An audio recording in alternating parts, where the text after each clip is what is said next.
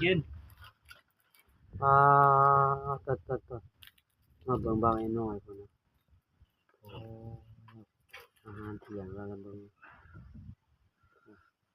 มันเข้าช้ากับแต่มัน เบิ่งดูผู้มันกลับแล้วผู้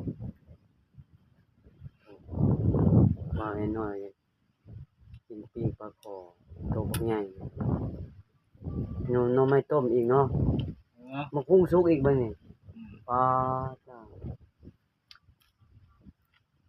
แดงนี่ขึ้น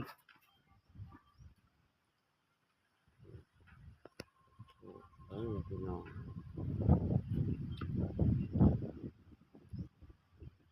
มันถึกรอบบ่ปลาฮะโอ้ปลาถึกรอบบ่ให้น้อยมันโอ้บ่แม่นนี่ต้ม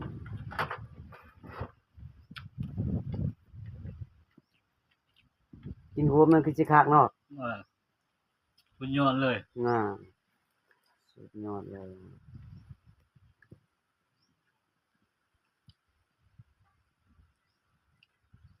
บ่คือกินอันนั้นดอกบ่คือกินหัวหน้าดอกเนาะกินหัวปลา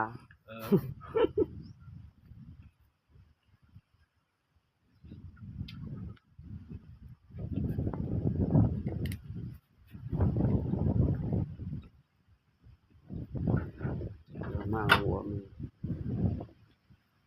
ที่มันแห้งแซ่บเนาะ เด็กน้อยกินลงน้ำบ่ได้มันหนาว อ้า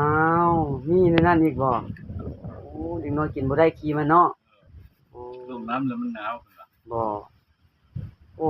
แสดงว่า ง่ายมันหนาว ให้ผู้ใหญ่ผู้เฒ่ากินเนาะโอ้แสดงว่าของแซ่บนี่ผู้ใหญ่อำกินดีเนาะฟังว่า